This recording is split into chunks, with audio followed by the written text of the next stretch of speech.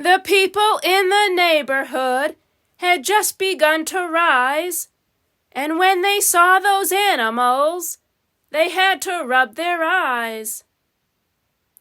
They thought they saw an elephant, but wait, how could that be?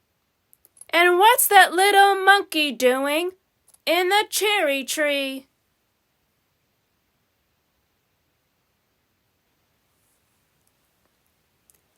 Soon animals were everywhere and into everything. There's an ostrich in the outhouse. There's a hippo in the spring. There's a tiger in the tulips. There's a lion on the lawn. There's a python in the pantry. It went on and on and on.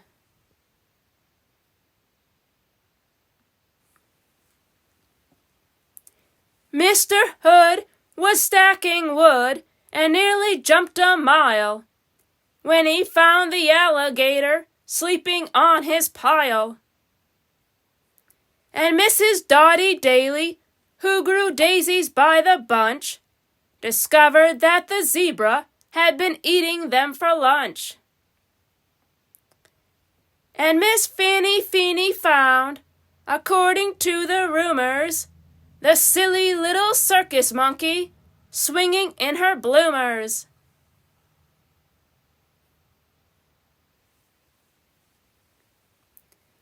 But everything changed quickly, like the turning of the tide.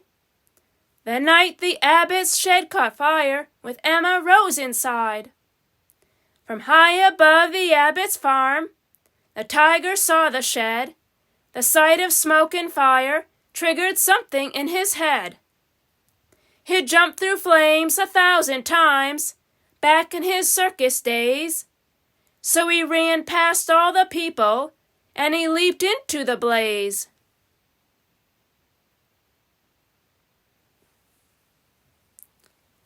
Then everybody panicked. Help, help! What can we do? When from the raging fire, something big burst into view. It was the most amazing tiger. It was the most amazing sight, and everybody froze when they saw the tiger saving little Emma Rose.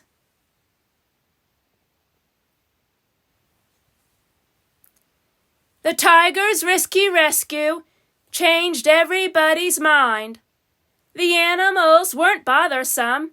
The animals were kind. And so they lived together. Side by side, they got along.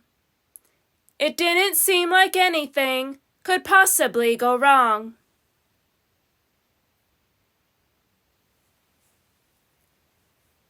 Then Little Red, the messenger, came running with the word. Apparently a circus ship had sunk from what he'd heard. The animals are from that boat. They swam in from the bay. The greedy owner wants them back. He'll be here any day. So the people called a meeting, and they quickly hashed a plan. No animal that came ashore would sail off with that man.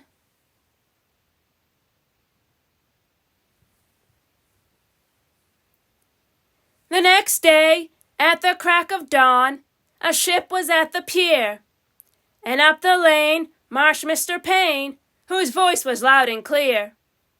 I am the circus owner. My ship sank in the murk.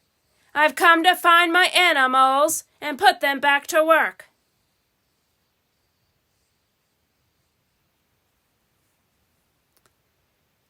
He hiked until he came into the center of the town.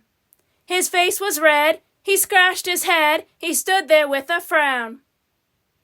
Mr. Payne looked high and low, but still he couldn't see the 15 circus animals of his menagerie.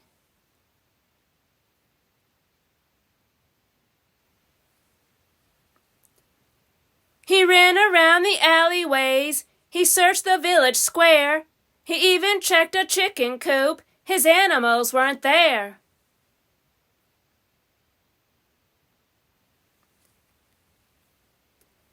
Mr. Payne was tuckered out, his heavy chest was heaving. Then Little Red stepped up and said, "I think your boat is leaving."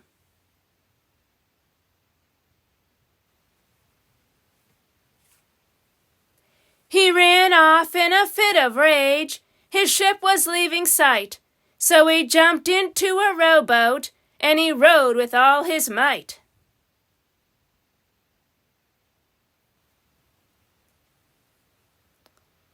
And from that day, they liked to say, their lives were free of pain. It was a happy, peaceful place upon that island in Maine.